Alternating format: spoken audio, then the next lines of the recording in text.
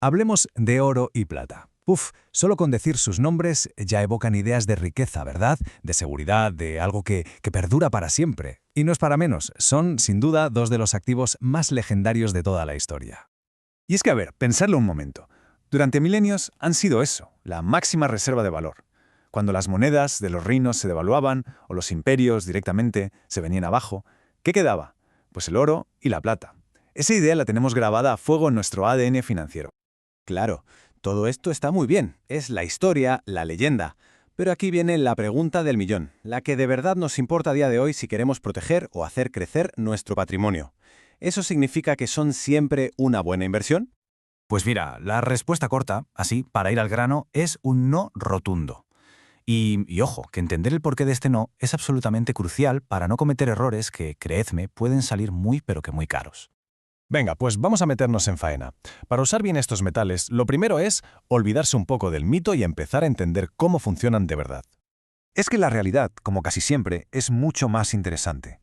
A ver, el oro y la plata, como cualquier otro activo del mundo, tienen ciclos, tienen años espectaculares, de subidas brutales, y luego se pasan años en el desierto, sin moverse.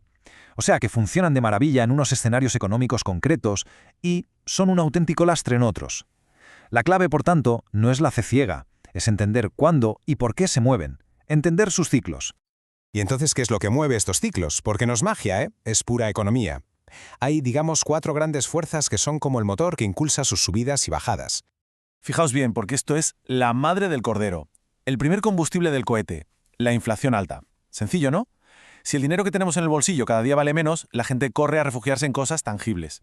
Segundo, y ojo con esto que es crucial, los tipos de interés reales, bajos o negativos. ¿Qué es esto? Pues muy fácil, que lo que te da el banco por tu dinero es menos que lo que suben los precios. O sea, que tener el dinero en el banco es perder poder de compra. Y claro, de repente el oro y la plata que no dan intereses se vuelven súper atractivos. Tercero, la desconfianza. Ya sea financiera, geopolítica, las crisis, las guerras, todo eso hace que la gente busque seguridad a la desesperada. Y el cuarto, que es como la chispa que enciende todo, la psicología de mercado. Esa euforia de la gente que crea las burbujas y por otro lado el olvido absoluto, que es donde suelen estar las mejores oportunidades. Bueno, empecemos por el rey de los metales, el oro. Hay que entender cuál es su papel en el equipo. El oro es el defensa central, el portero. Su misión principal no es marcar goles, no es generar ganancias espectaculares.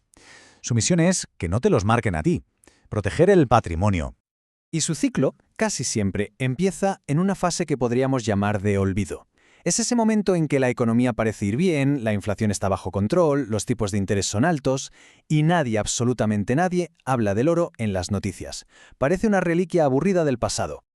Pero entonces pasamos a la fase de acumulación. Empiezan a verse nubarrones en la economía, los bancos centrales se ponen nerviosos y bajan los tipos de interés. Y el oro, sin hacer ruido, casi de puntillas, empieza a despertar. Este es el momento en que el llamado dinero inteligente empieza a comprar. Y entonces, ¡boom!, llega la fase de euforia. De repente el oro está en todas las noticias, en la tele, en los periódicos, bate récords históricos y tu cuñado te empieza a hablar de comprar lingotes en la cena de Navidad. Ese es el momento en que el inversor particular, el último de la fila, entra en masa, justo cuando la fiesta está a punto de terminar. Porque claro, después de la euforia siempre viene la corrección, la resaca. Una larguísima travesía por el desierto que puede durar años y años con rentabilidades malísimas. El oro vuelve a la fase de olvido que vimos antes y el ciclo pues se prepara para volver a empezar. Vale, hemos hablado del oro. Pero ¿y la plata? A ver, si el oro es ese defensa serio y fiable, la plata es el delantero centro, el artista. Es mucho más volátil, más espectacular. Son como el día y la noche. Es que lo que hace que la plata sea un caso tan especial es que tiene, por así decirlo, dos caras. Por un lado, funciona como reserva de valor, un poco como su hermano mayor, el oro. Pero por otro lado, es un metal industrial importantísimo. Se usa para todo, paneles solares, móviles, electrónica. Y claro, esto le mete una capa de complejidad a su ciclo que es fascinante. Aquí se ve perfectamente la diferencia.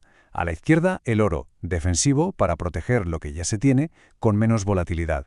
A la derecha, la plata, un complemento mucho más agresivo, que depende de que la industria vaya bien y, por tanto, con una volatilidad muchísimo mayor. ¿Qué significa esto? Pues que cuando las cosas van bien, la plata suele subir mucho más que el oro. Pero ojo, que cuando vienen mal dadas, la caída también es mucho más fuerte. Vale, y con estas dos personalidades tan distintas, ¿hay alguna forma de medir cómo está uno respecto al otro?